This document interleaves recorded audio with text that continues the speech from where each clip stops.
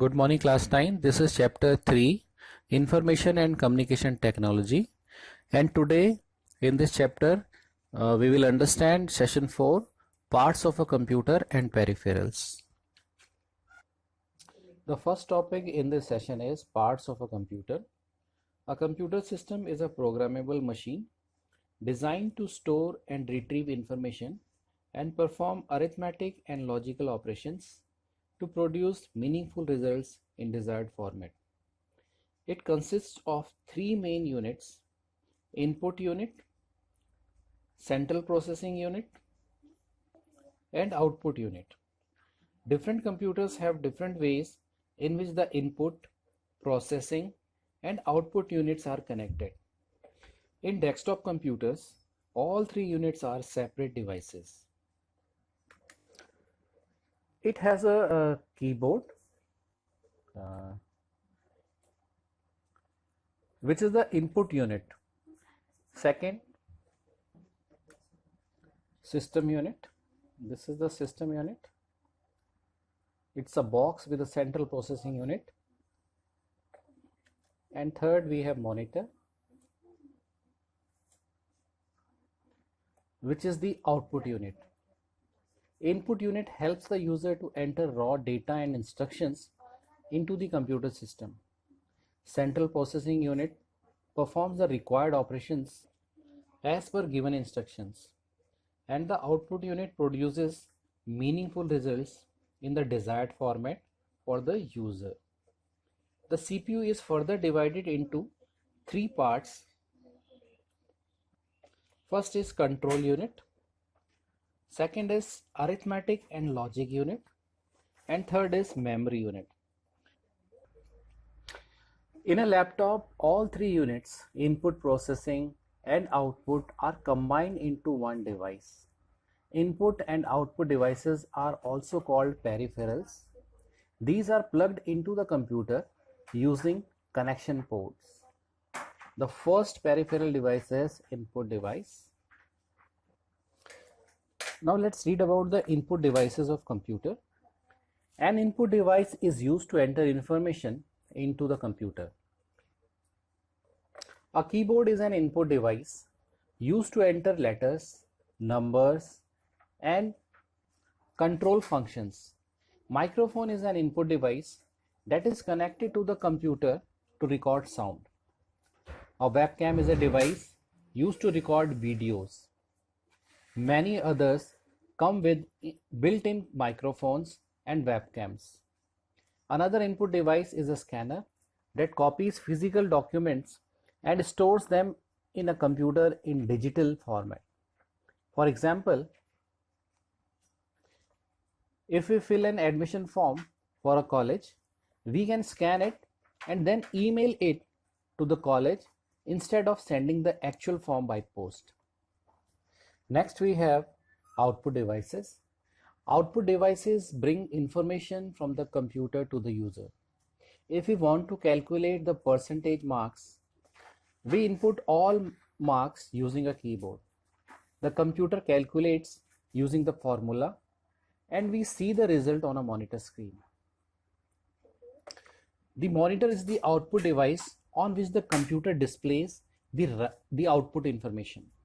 In the same way, a printer is an output device which gives us the hard copy of the information processed by the computer. Now let's read about some of the commonly used peripheral devices. First one is keyboard.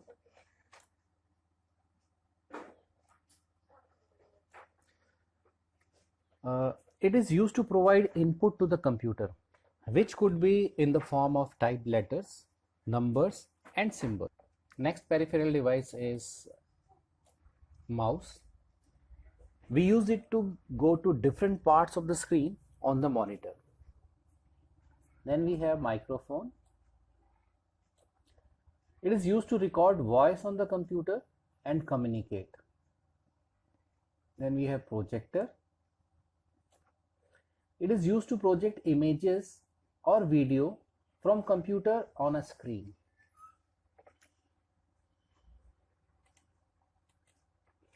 Next is Monitor. It displays all the visual output that CPU produces after processing the input. Next peripheral device is speaker. It plays back all the sound based output. Then we have scanner.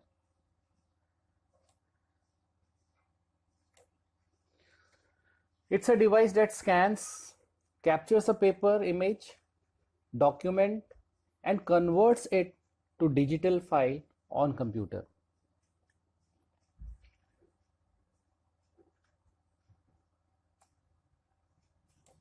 Next peripheral device is printer. It helps to print out the visual output on the paper as displayed on the monitor. Now another type of peripheral device is barcode reader. This device commonly found in large retail stores.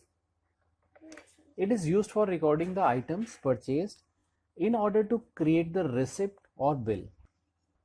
Now next device in the computer is central processing unit. The central processing unit of the computer is like our brain. How does our brain work? Our eyes see a mathematical problem and sends the detail to the brain. The brain thinks, processes it, and gets the result while the hand writes it on paper. In a similar way, the CPU also processes information received from the keyboard and gives the output to the monitor or the printer. Just as our brain can understand arithmetic and logical information, the CPU can also solve mathematical and logical problems. There are three main parts of the CPU. Control unit. It acts like a receiver and a manager of a company. It receives input from user and controls different parts to do the operations required. Next part is processing unit.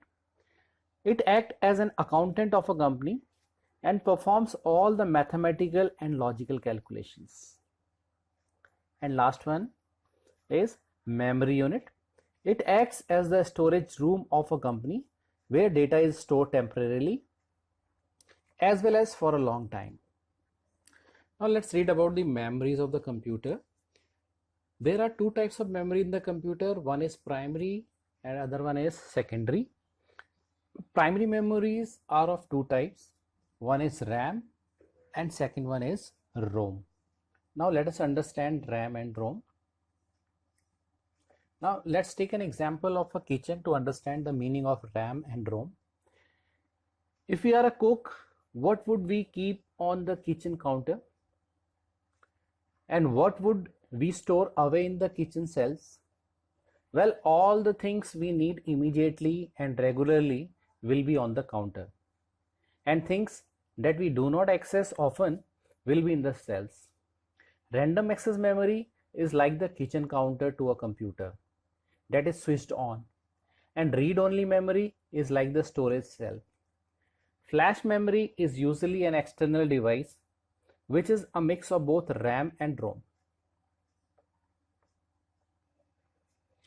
Now children, let us read about the various differences between these storage devices.